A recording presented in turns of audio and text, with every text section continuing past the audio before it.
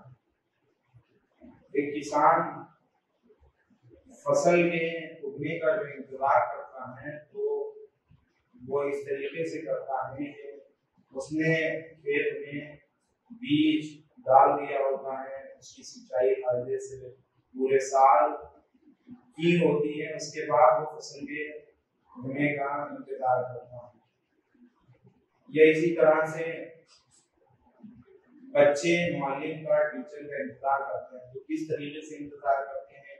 तो उनकी कुर्सी को दुरुस्त कर देते हैं, बोर्ड को साफ सुथरा कर देते हैं और जो चीजें जरूरत की है वो फराहम कर देते हैं। उसके बाद टीचर आता है और दर्स देता है।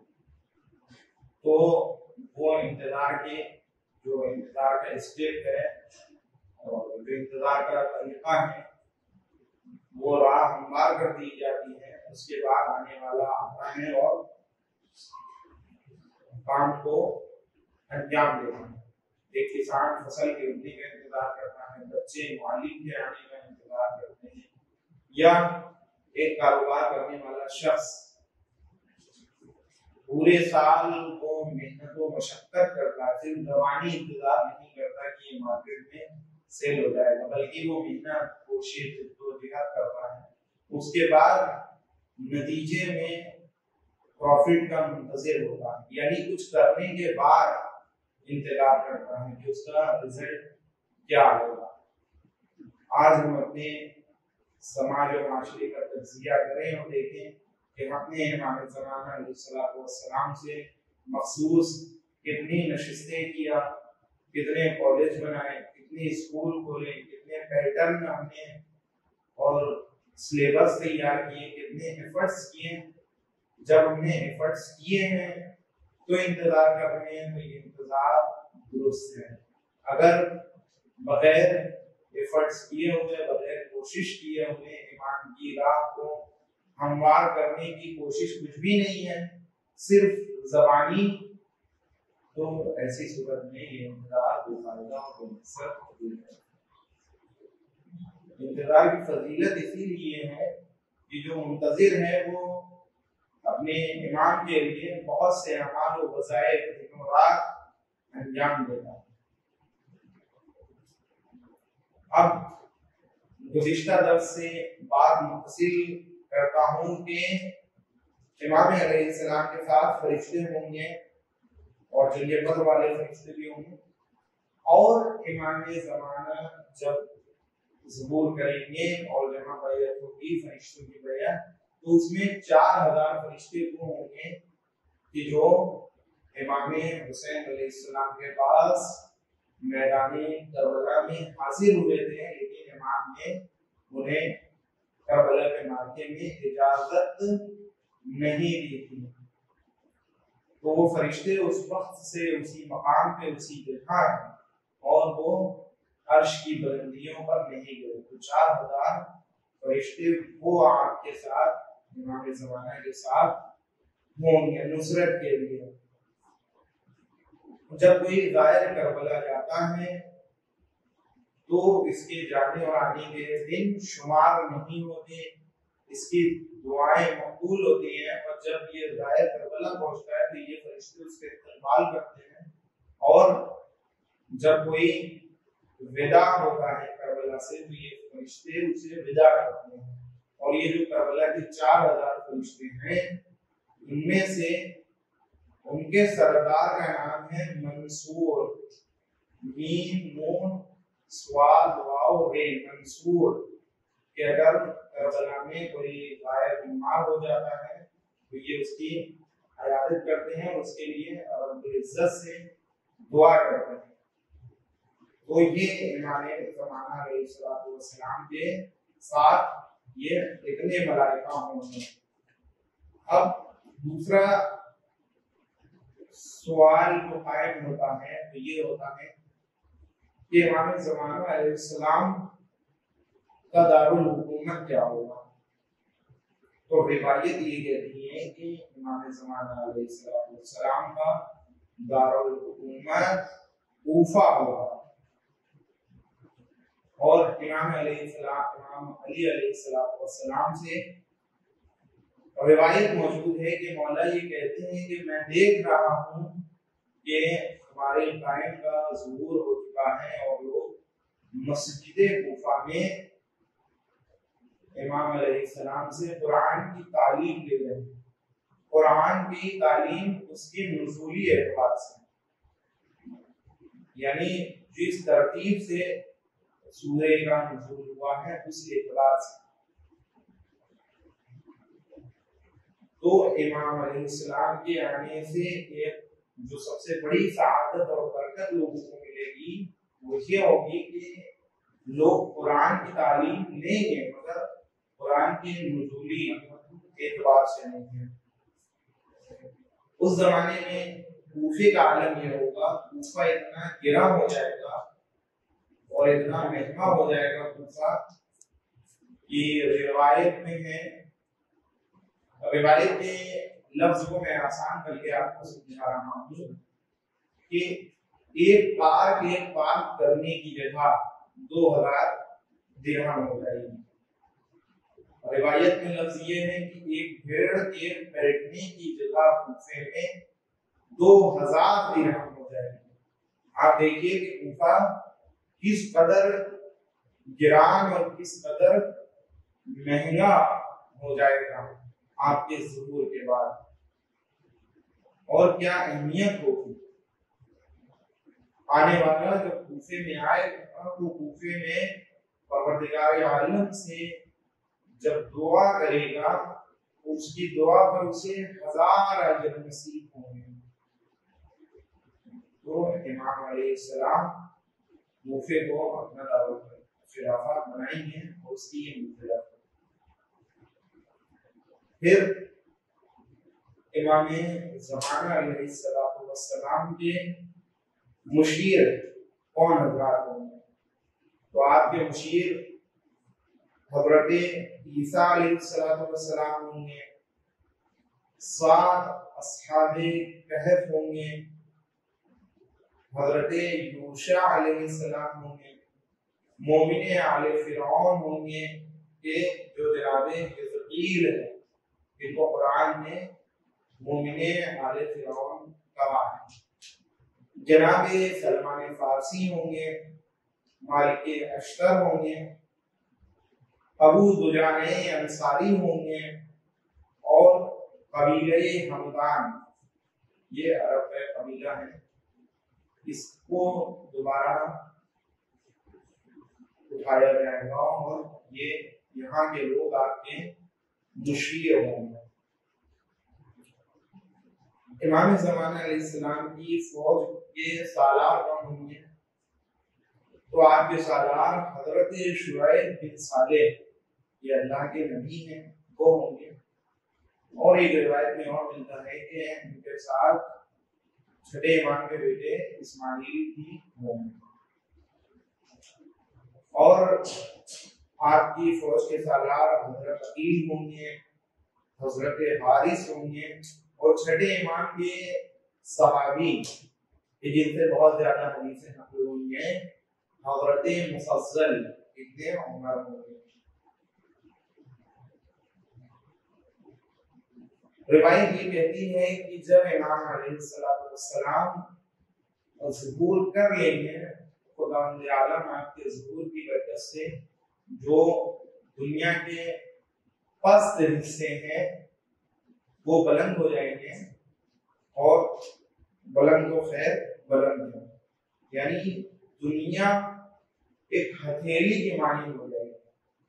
छठे इमाम से ये अबू वसीर की रिवायत है कि दुनिया हथेली की मानी हो जाएगी और पस्त हिस्से बुलंद हो जाएंगे, यानी कि आपकी निगाहों के सामने, निगाहे अक़दस के सामने, इमाम ज़माना की नजरों के सामने दुनिया का आलम ये होगा कि जैसे हथेली पर बाल, यानी आपको सारी चीजें बिल्कुल साफ और जाहिरी तौर पर हर एक चीज नजर आएगी। ये इमाम ज़माना अलैहिस्सलाम की आमद के बाद होगा। फिर हमें रिवायत में है कि इमाम अलैहिस्सलाम के इंतजार की राह हमवार करना है। आयतुल्लाह खामेनी मौसम ये फरमाते हैं कि इंतजार फरज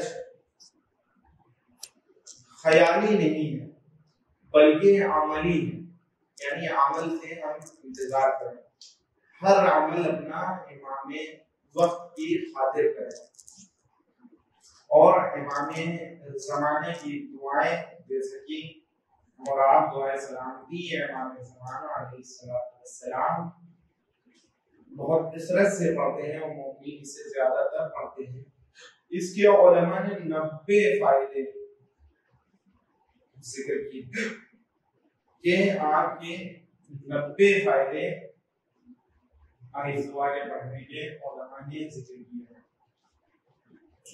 अब सवाल ये होता है कि इमाम ज़माना अलैहिस्सलाम के लिए दुआ की जा रही है, तो ये क्या है? आप मज़हब जाफरी के मानने वाले हैं और आपके यहाँ फिक़्ह जाफरी है, तो फिक़्ह जाफरी में वाजिब 2 तरह के हैं। पहला वाजिब वाजिब ऐनी, दूसरा वाजिब वाजिब किफ़ाई। वाजिब आईनी का क्या मतलब होता है? वाजिब आईनी का मतलब ये होता है कि जो इंसान, जो चीज सब पे वाजिब है और हर सूरत में वाजिब है, जैसे कि नमाज़े पंजगाना, ये हर शख्स पे छोटा हो या बड़ा हो उस पे वाजिब है। ये नमाज़े पंजगाना वाजिब आईनी।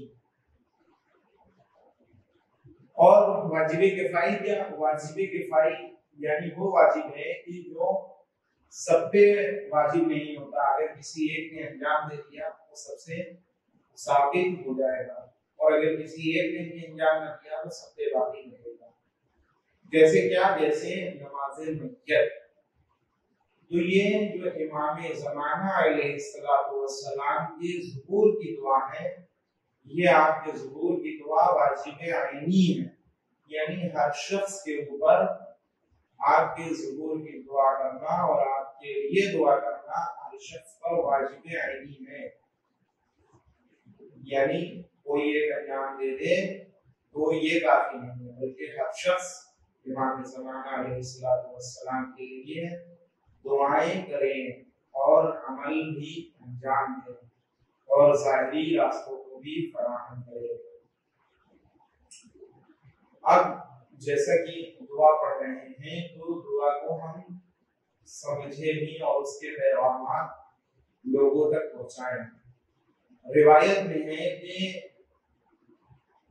कसरत से दुआए फर्ज करो, क्यों? इसी में तुम्हारी फलाह और बेहतरी है। आप देखिए कि इस दुआ को क्या मकाम हासिल है,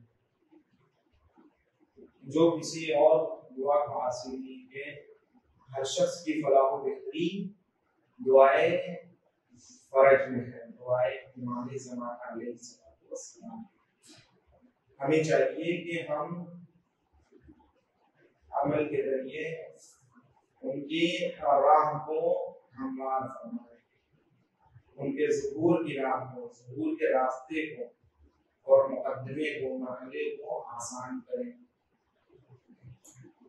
खुद इमाम अलैहिस्सलाम की राह को आसान फरमाने का एक बेहतरीन जरिया है कि आप खुम्स अदा करें।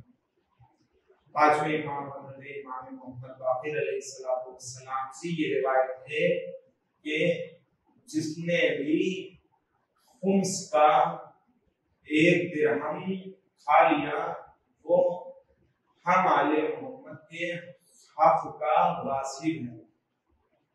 मोमिन किराम गासिबाने बाबे फिदक पर लानत और तमन्ना करते हैं, तो उनके लिए जरूरी है कि जहाँ उन गासिबों पर तबर्रा और बरात और लानत कर रहे हैं, अपने लिए भी ये जरूरी समझें कि वो खुम्स की अदायगी करें।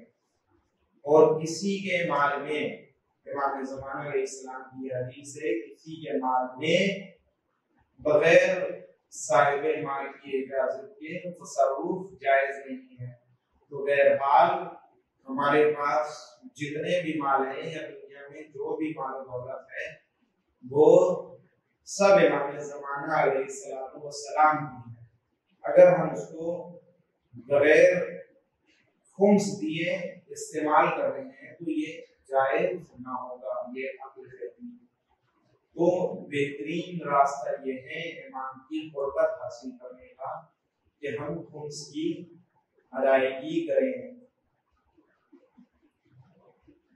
और मसला ये है कि हम जिस ज़माने में जिंदगी गुजार रहे हैं ये उनकी गैबत का ज़माना है।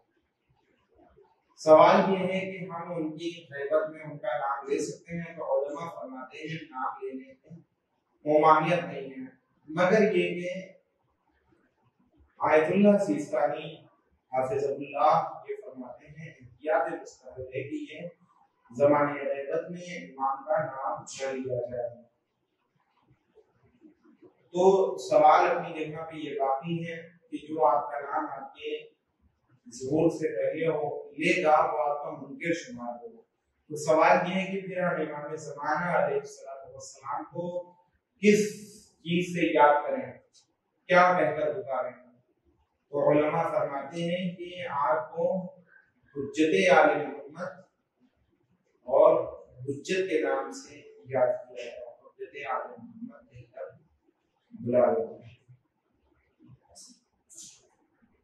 इमाम ज़माना अलैहिस्सलाम के सिलसिले में मारिफत का बेहतरीन जरिया जहाँ ये कि आपकी दुआओं को पढ़ा जाए, वहाँ ये है कि उलमा से भी रुजू किया जाए, उलमा की किताबों को देखा जाए। आपके ऊपर एक बहुत ही बेहतरीन किताब आपके हर चीज के ऊपर यानी मुकम्मल आपके वजूद अक़दस के ऊपर किताब है हज़रत शेख सदूक अलैहिर्रहमान की, जिसका नाम कमालुद्दीन व तमामुन निअमा है, जिसमें इमाम ज़माना अलैहिस्सलाम की जिंदगी मुबारक, उनके वजूद का इस्बात और उनके बारे में मुफस्सल चीजें जिक्र की गई हैं। तो हम किताबों को रुजू करें, उलमा से पूछें। मसला आज के ज़माने में जहाँ ये है कि हम किताब रुजू करना चाहते हैं लेकिन रुजू नहीं करते, ये हमारे पास वक्त की कमी हो जाती है। अजीज़-ए-मन, अज़ीज़ान गिरामी, जो आपके पास वक्त है उसी में वक्त निकालें। इमाम ज़माना अलैहिस्सलाम ये फरमाते हैं कि मुझे 3 गिरोह से शदीद नफरत है, 3 किस्म के लोगों से। पहला ये कि वो जो जाहिल शिया है, जो बिल्कुल जाहिल है दीन और दुनिया से। दूसरा अहमक लोगों से। ये अहमक कौन लोग हैं आपके नजदीक? ये जो दीन के मामले में नफा और नुकसान, दीनी एतबार से नफा और नुकसान को नहीं सोचते हैं, यानी वो अपनी खुशी में, अपने गम में, अपनी जिंदगी के तमाम मामलात में दीन क्या चीज करने को कहता है और किस चीज से रोकता है इसके बारे में नहीं सोचते। उनसे मुझे असियत है। फिर तीसरा कौन लोग हैं? तीसरे वो लोग हैं कि जो दीन को एक मक्खी के पर के बराबर भी अहमियत और उसे उसका हक नहीं देते। इसी वजह से आप देखिए कि तीसरे इमाम हज़रत इमाम हुसैन अलैहिस्सलाम का भी ये कौल है कि लोग वो के लिए दीन चटखारा बन चुका है, जब तक उन्हें इससे मजा आ रहा है वो उसको लेते हैं, और जहां उनका तज़किया होता है वो उसे नापसंद करते हैं। तो दीन कोई चटखारा नहीं है, चटखारा लेने की चीज और मजा लेने की चीज नहीं है। ये इमाम ज़माना की भी हदीस है और ये इमाम हुसैन की भी हदीस है। दीन को आप मुकम्मल फॉलो कीजिए, मुकम्मल उसकी रियायत, पासदारी, मुहाफिजत कीजिए। आप देखिए कि ज़माने ग़ैबत में किस कदर हमला किया जा रहा है मरजवियत पर। क्यों? क्योंकि ये मरजा दीन के पासदार हैं, दीन के मुहाफिज हैं, दीन की बका के जिम्मेदार हैं। तारीख में आप आइए तो तारीख में जब इमाम अलैहिस्सलाम का ज़ुहूर लोगों के सामने होता था, दीगर इमाम का, तो उनके वकील होते थे। इमाम ज़माना अलैहिस्सलाम के भी वकील हैं, वकील थे। लेकिन जब इमाम अलैहिस्सलाम ग़ैबत में जाने लगे तो इमाम की हदीस थी और इमाम ने ये इरशाद फरमाया कि अब ज़माने ग़ैबत का आगाज हो रहा है तुम इसमें हमारी जो रिवायतों को नकल करते हैं उन लोगों की तरफ रुजू करो, और वो यकीनन मुज्तहिदीन कराम है। तो ज़माने ग़ैबत में आप मुज्तहिदीन कराम से दीन हासिल कीजिए। उस तारीख में जब इमाम हासिल थे तो दीन हासिल करने का जरिया तंजीम वकलाए इमाम था। अब ये जरिया बदल गया है, अब दीन हासिल करने का जरिया तंजीम फुक़हा इमाम यानी फुक़हा की तरफ से करें। इसीलिए मरजइयत पर हमला हो रहा है, मर्जा की बात से लोगों को गुमराह और बहकाया जा रहा है। देखिए, कोई भी चीज बना लेना आसान है, लेकिन उसकी मुहाफ़िज़त या किसी भी चीज को ले लेना आसान है, लेकिन उसकी मुहाफ़िज़त और मेंटेनेंस बाकी रखना बहुत मुश्किल है। और दीन कोई ऐसी चीज नहीं है कि जिसे जब चाहा बदल दिया। आज के जमाने में कंप्यूटर का जमाना है, कार का जमाना है। लोग जो अगर अच्छी कार लेते हैं तो उसका मेंटेनेंस रखते हैं, बहुत ज्यादा ख्याल रखते हैं। कंप्यूटर लेते हैं, मेंटेनेंस रखते हैं, ख्याल रखते हैं। लेकिन ये भी बात है कि तब्दील भी कर दिया करते हैं। मगर जब आम मेंटेनेंस इतनी अहम है तो जो खास मेंटेनेंस है, जिंदगी की मेंटेनेंस, वो उसके लिए भी कुछ होना चाहिए। नबुव्वत जब पाए तकमील तक पहुंची तो गदीर का मरहला हुआ, यानी इमामत के हाथों रसूलुल्लाह ने दीन सिपुर कर दिया। और जब इमामत आखिरी इमाम गैब में जाने लगे तो इमाम ने पूरा दीन किसके हवाले कर दिया? फुक़हा के हवाले कर दिया कि ये फुक़हा तुम पर हुज्जत है और मैं इन पर हुज्जत हूँ अल्लाह की तरफ से। तो तीन मरहलों में नबुव्वत, इमामत और मरजइयत। दीन की इब्तिदा नबुव्वत के जरिए से हुई, दीन का फैलाव और दीन की हिफाजत इमामत के जरिए से हुई। और जब आखिरी कुर्सीद इमामत पर्दे में चला गया तो दीन की हिफाजत इस मरजइयत के जरिए से हो रही है। लिहाजा हम अपने मर्जा से दीन हासिल करें और उनके मुताबिक अमल करें। परवरदिगार आलम से दुआ ये है कि हमें मरजइयत के ऊपर अमल करने की तौफीक अता फरमा, और ज्यादा से ज्यादा हमारे लिए ये लाज़मी है कि दुआएं अल्लाहुम्मा कुल्ले बरियकल का विर्द करें। ये भी इमाम की ज़ुहूर की राह को आसान करती है। और इमाम से हमारा अगर दावाए मोहब्बत है तो हम अपने हर अमल से जो इमाम ने कहा है वो करें। छठे इमाम की हदीस है कि जिस चीज का हुक्म हम अहले बैत दें उस पर अमल पैरा हो, और जिस चीज से रोके उससे रुक जाए। यानी हमारे शिया हमारे लिए बाइसे इज्जत बने, बाइसे जिल्लत न बने। अब इमाम अलैहिस्सलाम ने नमाज का हुक्म दिया तो नमाज पढ़ें, और रोजे का हुक्म दिया तो रोजा रखें, हज का हुक्म दिया तो हज करें, ज़कात का हुक्म दिया तो ज़कात निकालें। यानी जिस जिस चीज को इमाम ने बजा लाने के लिए कहा है उन तमाम चीजों की अमलन अंजाम दही करें और अमल से अंजाम दें, तब तो हम इमाम के हकीकी शिया हैं। और हत्ता कि अपनी खुशी और गम में इमाम ज़माना अलैहिस्सलाम को फरामोश न करें, याद रखें। बाज़ उलमा ये कहते हैं कि इमाम को याद रखने का एक बेहतरीन तरीका यह है कि इंसान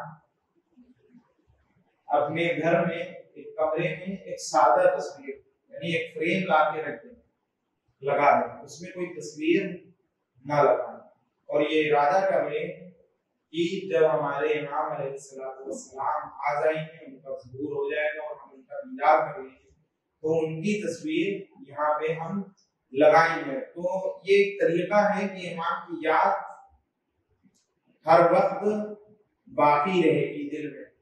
क्यों? क्योंकि ये जुदागाना अंदाज से। आप देखिए कि अगर कोई भी चीज जुदागाना तरीके से होती है, गदीर आज तक लोगों को क्यों याद है? गदीर आज तक लोगों को इसलिए याद है कि गदीर में ऊंटों के कजाबों का मिंबर बना। इसी तरह से जो चीज बहुत मुनफरिद और जुदागाना हो जाती है तो उसकी याद बाकी रहती है। और गदीर की याद इसलिए भी बाकी कि हाथ उठा करके मौला बनाया गया, दोनों हाथों को बुलंद कर दिया। तो इसी तरह से हम भी इमाम के लिए इमाम की याद को अपने दिल में हर वक्त बाकी रखने के लिए कुछ जुदागाना और अलग अमल अंजाम है। अलबत्ता अलग अमल दीन के हुदूद में रह करके अंजाम दे, जिससे इमाम की याद बाकी रहे। कोई प्रोजेक्ट बनाए, कोई अलग चीज करें जिससे क्विज करेंगे जिससे इमाम की याद हमारे दिलों में ज्यादा से ज्यादा बाकी रहे। वाखिर दावाना अल्हम्दुलिल्लाहि रब्बिल आलमीन।